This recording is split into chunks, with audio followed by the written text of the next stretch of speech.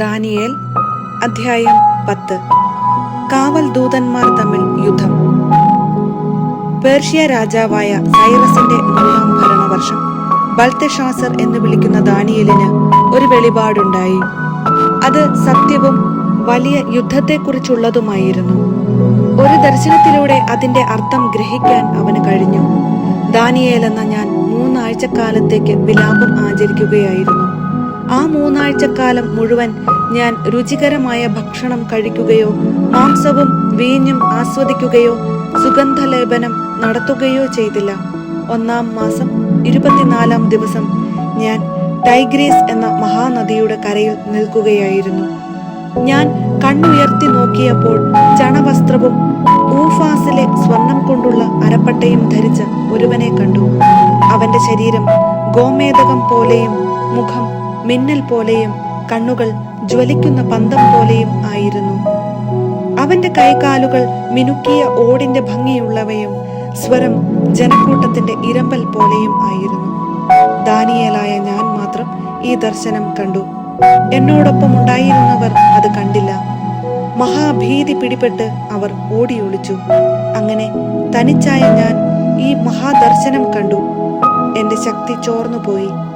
എന്റെ മുഖം തിരിച്ചറിയാൻ വയ്യാത്ത വിധം മാറിപ്പോയി. എന്റെ ശക്തിയറ്റു. അപ്പോൾ ഞാൻ അവന്റെ സ്വരം കേട്ടു. അവന്റെ സ്വരം ശ്രവിച്ച ഞാൻ പ്രജ്ഞയറ്റ് നിലം പതിച്ചു. എന്നാൽ ഒരു കരം എന്നെ സ്പർശിച്ചു. അവൻ എന്നെ എഴുന്നേൽപ്പിച്ചു. വിറയലോടെയാണെങ്കിലും മുട്ടും കൈയും ഊന്നി ഞാൻ നിന്നു. അവൻ എന്നോട് പറഞ്ഞു, ഏറ്റവും പ്രിയങ്കരനായ ദാനിയേലേ, എഴുന്നേൽക്കുക. ഞാൻ നിന്നോട് പറയുന്ന വാക്കുകൾ ശ്രദ്ധിച്ചു കേൾക്കുക. എന്നെ നിന്റെ അടുത്തേക്ക് അയച്ചിരിക്കുകയാണ്. അവൻ ഇത് പറഞ്ഞപ്പോൾ ഞാൻ വിറയലോടെ നിവർന്നു നിന്നു. അവൻ പറഞ്ഞു, ദാനിയേലേ, ഭയപ്പെടേണ്ട.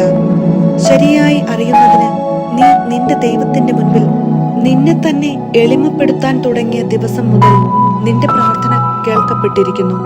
നിന്റെ പ്രാർത്ഥന നിമിത്തമാണ് ഞാൻ ഇപ്പോൾ വന്നിരിക്കുന്നത്. പേർഷ്യ രാജ്യത്തിന്റെ കാവൽ ദൂതൻ 21 ദിവസം എന്നോട് എതിർത്തു നിന്നു. എങ്കിലും പ്രധാന ദൂതന്മാരിൽ ഒരാളായ മിഖായേൽ എന്റെ സഹായത്തിനെത്തി. അതുകൊണ്ട് അവനെ പേർഷ്യ രാജ്യത്തിന്റെ കാവൽ ദൂതനോട് എതിരിടാൻ വിട്ട് വരാനിരിക്കുന്ന നാളുകളിൽ നിന്റെ ജനത്തിന് എന്ത് സംഭവിക്കുമെന്ന് നിന്നെ ഗ്രഹിപ്പിക്കാൻ ഞാൻ വന്നിരിക്കുന്നു. ദർശനം ഭാവിയെ സംബന്ധിക്കുന്നതാണ്. അവൻ എന്നോട് ഇപ്രകാരം പറഞ്ഞപ്പോൾ ഞാൻ മുഖം കുനിച്ച് മൂകനായി നിന്നു. മനുഷ്യനെ പോലെയുള്ള ഒരുവൻ എന്റെ അധരങ്ങളെ സ്പർശിച്ചു. അപ്പോൾ ഞാൻ വായ് തുറന്ന് സംസാരിച്ചു. എന്റെ അടുത്ത് നിന്നിരുന്നവനോട് ഞാൻ പറഞ്ഞു, പ്രഭോ, ദർശനം നിമിത്തം ഞാൻ വേദന അനുഭവിക്കുന്നു. എന്റെ ശക്തി ക്ഷയിച്ചു. എങ്ങനെ ഈ ദാസന് അങ്ങയോട് സംസാരിക്കാനാവും? ശക്തിയോ ശ്വാസമോ എന്നിൽ ശേഷിച്ചിട്ടില്ല. മനുഷ്യരൂപമുണ്ടായിരുന്നവൻ എന്നെ സ്പർശിച്ച് ശക്തി പകർന്നു. അവൻ പറഞ്ഞു, ഏറ്റവും പ്രിയപ്പെട്ടവനായ മനുഷ്യ, നീ ഭയപ്പെടേണ്ട. നിനക്ക് സമാധാനം. ശക്തനും ധീരനുമായിരിക്കുക. അവൻ എന്നോട് സംസാരിച്ചപ്പോൾ ശക്തി പ്രാപിച്ച ഞാൻ പറഞ്ഞു, പ്രഭോ, സംസാരിച്ചാലും അങ്ങ് എന്നെ ശക്തനാക്കിയിരിക്കുന്നു.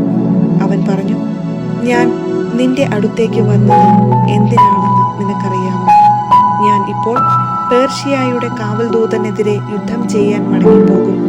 ഞാൻ അവനെ തോൽപ്പിച്ചു കഴിയുമ്പോൾ യവന രാജ്യത്തിന്റെ കാവൽ ദൂതൻ വരും. സത്യത്തിന്റെ ഗ്രന്ഥത്തിൽ എഴുതപ്പെട്ടിരിക്കുന്നത് എന്തെന്ന് ഞാൻ നിന്നോട് പറയാം. നിന്റെ കാവൽ ദൂതനായ മിഖായേൽ ഒഴികെ എന്റെ പക്ഷത്തു നിന്ന് ഇവർക്കെതിരെ പൊരുതാൻ ആരുമില്ല.